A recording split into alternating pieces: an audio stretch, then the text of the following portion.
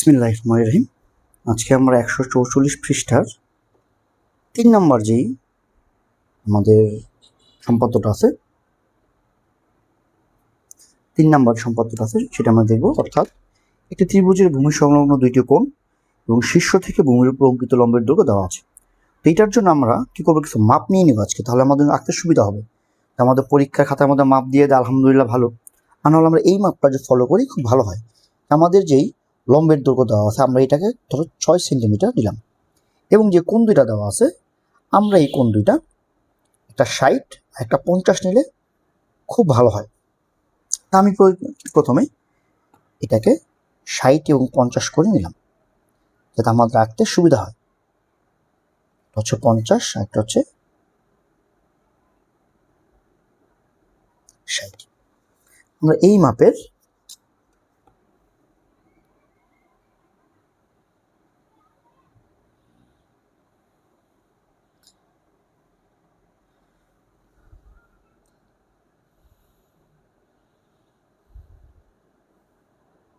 এটা কোণ নিলাম। আমাদের উচ্চতা হচ্ছে h, লম্বের দৈর্ঘ্যটা হচ্ছে h, এবং একটা হচ্ছে x কোণ আর একটা হচ্ছে y কোণ। আমাদের সুবিধার জন্য আমরা এটা নিলাম 50 ডিগ্রি, এটা নিলাম 60 ডিগ্রি। এটা কিন্তু আমাকে নির্দিষ্ট মাপ না, আমি তোমাদের সুবিধার জন্য বললাম যে এই মাপটা হলে আমাদের ভালো হয়। তোমরা প্রথমে যে কাজটা করব, আমরা নর্মাল তো এইভাবে রেখা নেই, আমরা এই চিত্রের জন্য রেখাটা এইভাবেই নেব, তাহলে আমার চিত্রটা খুব সুন্দর হয়। আমরা যে কোনো রেখা AE নিলাম। AE থেকে আমাদের যে লম্বের দৈর্ঘ্য দেওয়া আছে সেই লম্বের দৈর্ঘ্য থেকে আমরা মাপ নিয়ে AD অংশ আমি কাটি। এখন আমরা A ও D বিন্দুতে দুটি লম্ব আঁকি, আমরা যেভাবে লম্ব আঁকি।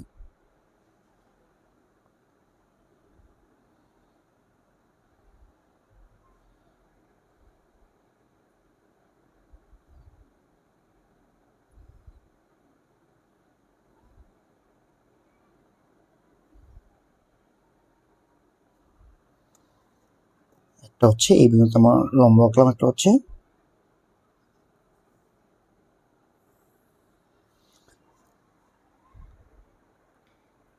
GH লম্ব আমরা আঁকলাম।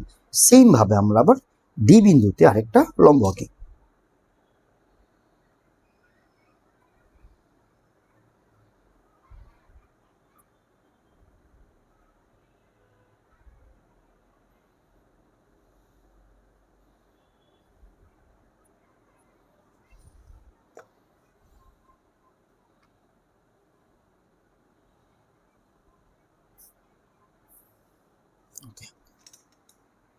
এখন আমার এই লম্বটা কিন্তু একটু বাঁকা হয়ে গেছে, কারণ কি আমি আঁকার সময় আমার মাপের একটু হেরফের হয়ে গেছে।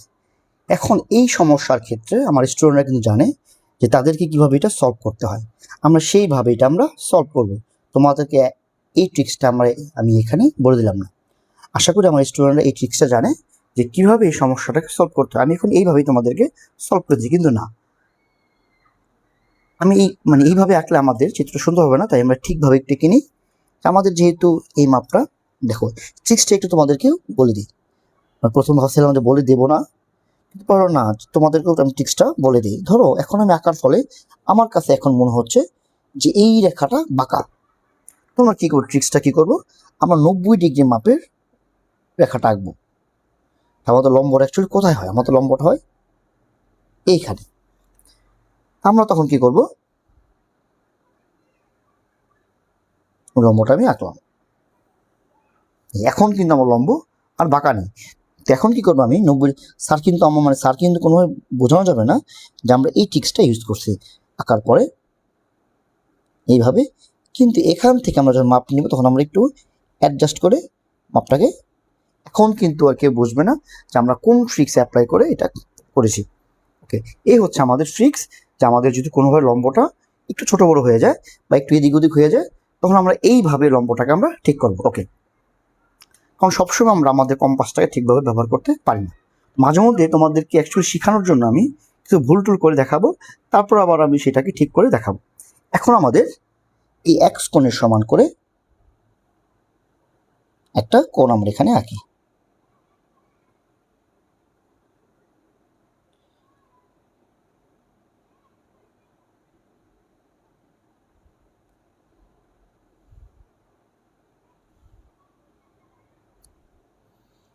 আবার ওয়াই কোণের সমান করে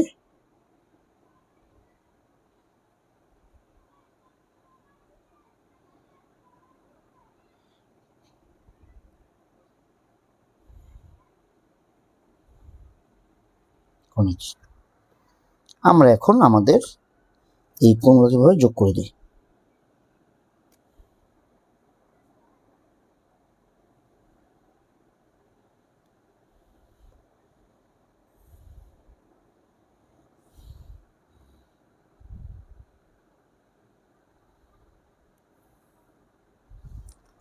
এ বি সি কোণ, আর এটাকে আই জি দিলাম। তাহলে আমাদের ত্রিভুজ এ বি সি হচ্ছে আমাদের নির্ণয় ত্রিভুজ। গুড। আমরা এখন আমাদের পরবর্তী যে সম্পাদ্যটা 144 নম্বর পৃষ্ঠার যে 4 নম্বর সম্পাদ্যটা সেটা আমরা দেখব। একটি সমকোণী ত্রিভুজের অতিভুজ ও অপর দুই ভর সমষ্টি দেওয়া আছে, ত্রিভুজটি আঁকতে হবে। আমরা এইটার বেলায় কিন্তু মোস্ট ইম্পর্টেন্ট থিং ইজ এই সমষ্টিটা আমাদের একটু বুদ্ধি করে আঁকতে হবে। দেখি কিভাবে করা যায়, এবং অতিভুজটা আমাকে একটু বুদ্ধি করে আঁকতে হবে। প্রথম আমরা কি করলাম, যে কোনো অতিভুজ নিলাম এবং আমরা যে কোনো সমষ্টি নিলাম। এখন হচ্ছে আমাদের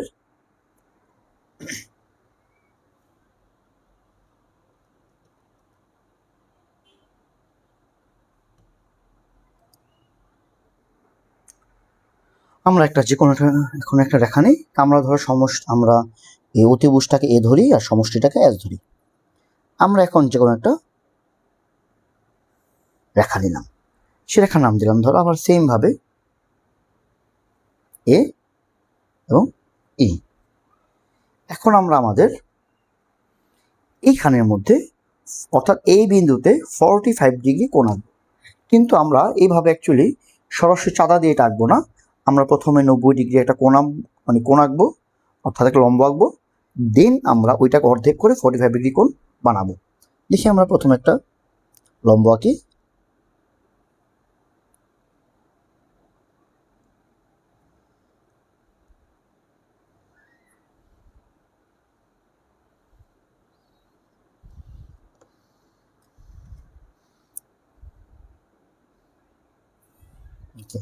এখন আমরা এই কোণটাকে অর্ধেক করব, হবে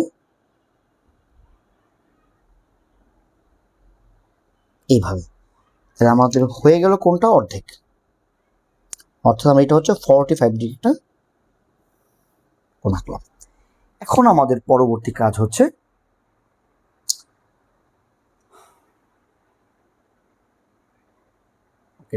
আমাদের যেই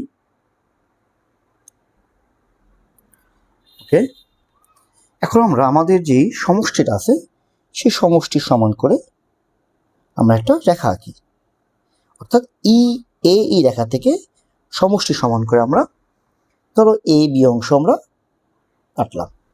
এখন আমাদের এটা হচ্ছে এখন মূল জায়গা যেটা আমরা ফলো করব।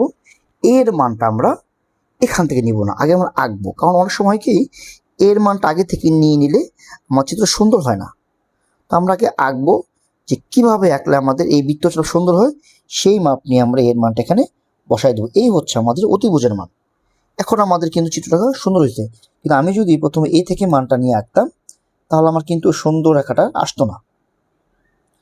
কিন্তু এখানে আমরা যে এইভাবে আঁকছি কেউ যেন এটা বুঝতে না পারে। এখন আমরা এখানে এই যে বৃত্তচাপ রাখলাম, এটা হচ্ছে সি এবং সি ডট বিন্দুতে ছেদ করছে। এখন আমরা বি আর সি যোগ করে দেই, আর সেম ভাবে বি আর সি যোগ করে দিই। এখন আমাদের অতিভুজ আমরা ব্যবহার করে ফেললাম, এই যে অতিভুজ ব্যবহার করে ফেললাম। এখন আমাদের যেহেতু সমকোণ ত্রিভুজ বলছে, আমাকে এখন একটা লম্ব আঁকতে হবে। এখন আমরা দেখবো যে কোনো একটা বিন্দু থেকে কিভাবে একটা রেখার উপর লম্ব আঁকা হয়। আমরা সি বিন্দু থেকে এখন এই রেখার উপর একটা লম্ব আঁকবো। আমাদের ইচ্ছা মতো আমরা একটা বৃত্তচাপ আঁকি, ইচ্ছা মতন যে কোনো মাপ নিয়ে আমরা একটা চাপ আঁকি,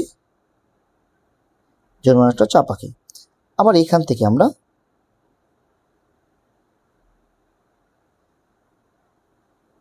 বৃত্ত আঁকলাম,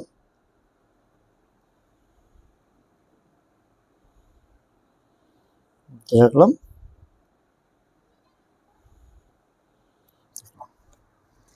আমরা এখন সি বিন্দু থেকে এই রেখাটাকে যোগ করে দেব।